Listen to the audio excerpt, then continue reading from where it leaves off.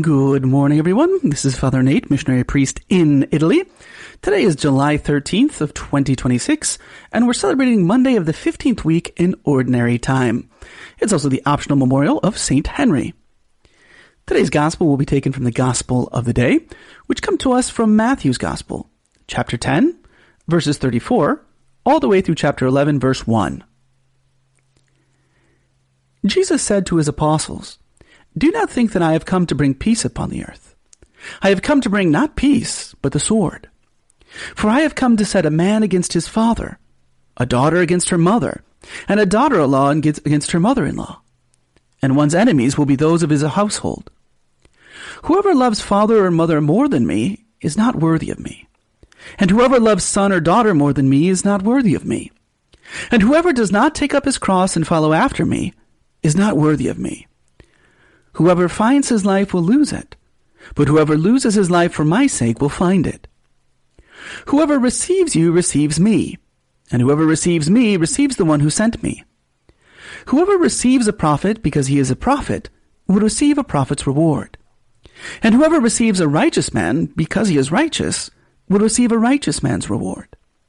And whoever gives only a cup of cold water to one of these little ones to drink because he is a disciple, amen, I say to you, he will surely not lose his reward."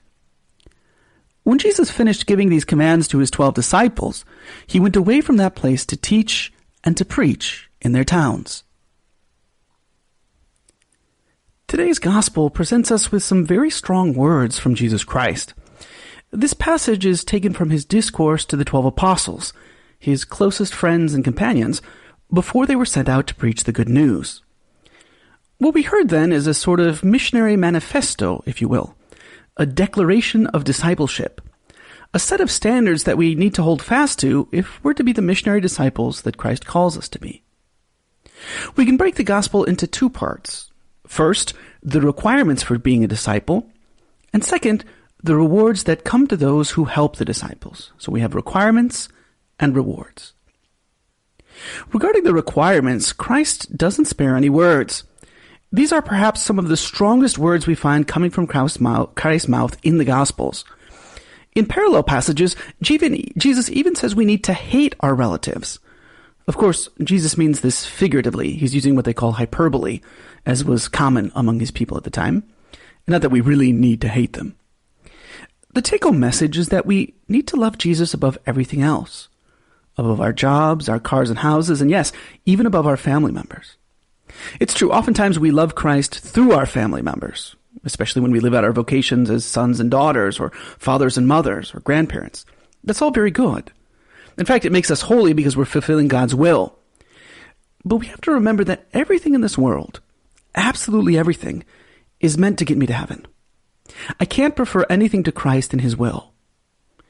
If there's something that prevents me from following Christ completely, I have to surrender it and follow Christ wholeheartedly. Christ points out the way to his followers. He says, "Whoever does not take up his cross and follow after me is not worthy of me." Now, again, for us, we're used to thinking of the cross as, with Jesus on it. But to his listeners, these words about the cross must have sounded absolutely unbelievable. Cicero called crucifixion the extreme and ultimate punishment of slaves and the cruelest and most disgusting penalty. And Josephus, a historian, called it the most pitiable of deaths. Crucifixion was so severe that by law, the Romans couldn't inflict it on their own citizens. That's why St. Paul is beheaded, right? He's a Roman citizen. And yet, in the face of that awful decision, that radical choice to follow Christ or not, well, that's where saints are made. St. John Paul II put it this way. He said, "These words regarding the cross denote the radicality of a choice that does not allow for hesitation or second thoughts. It is a demanding requirement that unsettled even the disciples, and that throughout the ages has held back many men and women from following Christ. Yet precisely this radicality has also produced admirable examples of sanctity and martyrdom that strengthened and confirmed the way of the Church. Even today, these words are regarded as a stumbling block and folly. Yet they must be faced, because the path outlined by God for his Son is the path to be undertaken by the disciple who has decided to follow Jesus. There are not two paths, but only one, the one trodden by the Master. The disciple cannot invent another way. However, it is not suffering for its own sake that a Christian seeks, but love. When the cross is embraced, it becomes a sign of love and of total self-giving.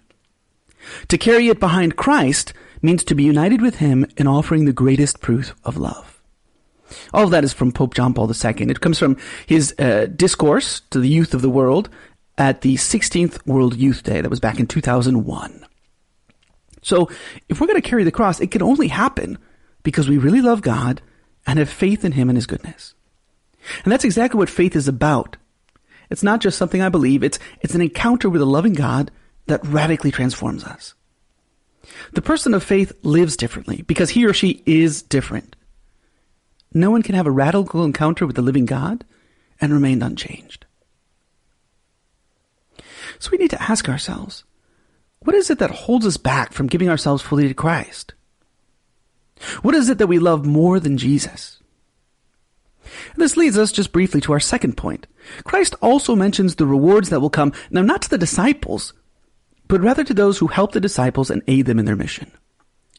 It calls our attention that these rewards are promised to the helpers, right? So the reward for the disciples must be even greater. We're reminded that God's generosity and rewards to those who help his faithful are magnificent, right? So it's no wonder then that in Mark's gospel, when Peter starts asking Jesus what the reward will be for following him, Jesus just cuts him off, as if the question really can't be answered. Peter began to say, that's Luke 10:28, and Jesus knows how far short his words will fall. It really makes us wonder, right? What awesome rewards are in store for us. So we can ask ourselves, how much do we really trust in God's promises? How much do we really believe that any sacrifices we make in this life will be rewarded in the next? How much do we really trust God? And how willing are we to give ourselves to his service? What holds us back? Let us ask for the grace through the intercession of Mary, Mother of Faith, to take up our crosses and follow Christ, trusting in his love for us and in his goodness towards those who seek him.